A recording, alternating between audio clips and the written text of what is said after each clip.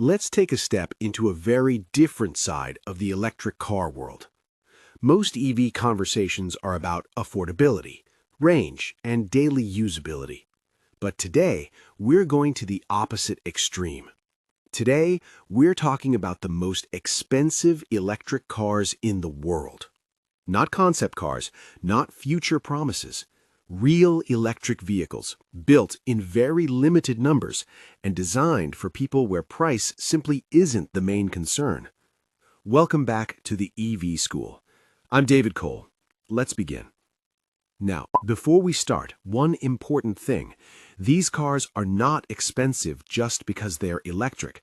They're expensive because of hand-built engineering, exclusive materials, limited production, and extreme performance.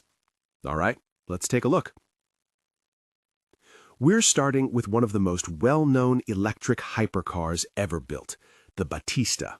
This car completely changed how people look at electric performance. The Battista isn't about subtlety, it's about excess, in the most refined way possible. Everything about this car is handcrafted. The design is pure Italian elegance, and the performance places it firmly in hypercar territory. Only a very limited number of these cars exist, which automatically puts it in a completely different price category. This is not an electric car meant for daily driving. It's a collector's piece and a statement about what electric power can achieve. Next up, the Rimac Nevera. If electric cars had a rulebook, the Nevera would tear it up. Rimac is known for one thing: pushing technology to extremes. The Nevera is brutally fast, packed with advanced software, and engineered with obsessive attention to detail. What makes this car expensive isn't just performance, it's the technology behind it. Rimac develops much of its own hardware and software in-house, and that level of innovation doesn't come cheap. This is an electric car built to prove a point, that EVs can sit at the very top of the automotive world. Now let's talk about something a little more luxurious, the Lotus Evija. Lotus has always been about lightweight performance, and the Evija takes that philosophy into the electric era. This is not a mass-produced car, it's extremely limited. The design is dramatic, the aerodynamics are aggressive, and everything about it feels engineered rather than styled. The Evija isn't trying to be comfortable or practical. It exists to deliver an intense driving experience and to show what Lotus can do when there are no compromises. That exclusivity alone places it among the most expensive electric cars ever made. Now let's move into something even more rare, the Aspark Owl. This car feels almost unreal. It comes from a small Japanese manufacturer, and it was built with one goal in mind: extreme performance with absolute rarity. Very few owls exist in the world, and that scarcity is a huge part of its value. The design is low, sharp, and aggressive. The engineering is complex, and the production numbers are incredibly limited. This is the kind of electric car you don't see driving around. You see it in private collections and exclusive garages.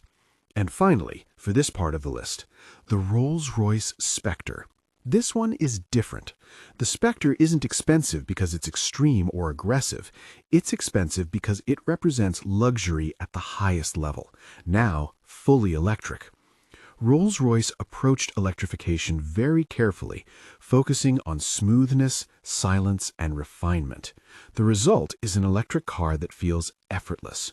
No drama, no noise, just quiet, controlled power. Customization plays a huge role here. Every Spectre can be tailored extensively, and that alone pushes it into a very high price category. This is not about speed, it's about presence.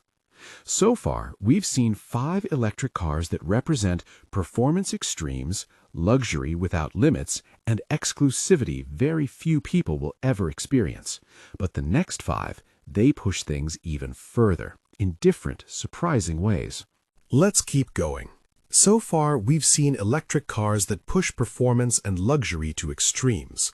Now we're moving into EVs that combine heritage, rarity, and craftsmanship, sometimes in very different ways. The next car on this list comes from a name many people don't hear often, but those who know understand exactly why it's here. The Hispano-Suiza Carmen, and especially the Carmen Boulogne. This is a modern electric hypercar inspired by classic Hispano-Suiza design. It's hand-built, extremely rare, and designed more like a piece of automotive art than a mass-produced vehicle. Production numbers are very limited, and customization plays a major role in its final cost. This isn't a car you buy because of brand popularity. You buy it because you want something almost no one else in the world owns. That level of exclusivity puts it firmly among the most expensive electric cars ever made. Now let's talk about a car that was built for one very specific purpose, the Neo EP9. This isn't a road-focused luxury car, it's a track-focused electric hypercar that exists to showcase performance engineering. The EP9 was produced in extremely limited numbers, and ownership is more like joining a private club than buying a normal car.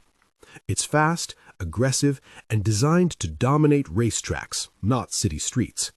What makes it expensive isn't comfort or technology screens, it's the engineering, the rarity, and the fact that it was never meant for mass ownership.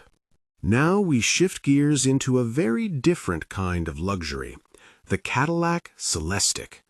This is Cadillac's vision of ultra-luxury, fully electric. The Celestiq isn't mass-produced, it's hand-built, highly customizable, and designed to compete with the highest levels of luxury in the automotive world.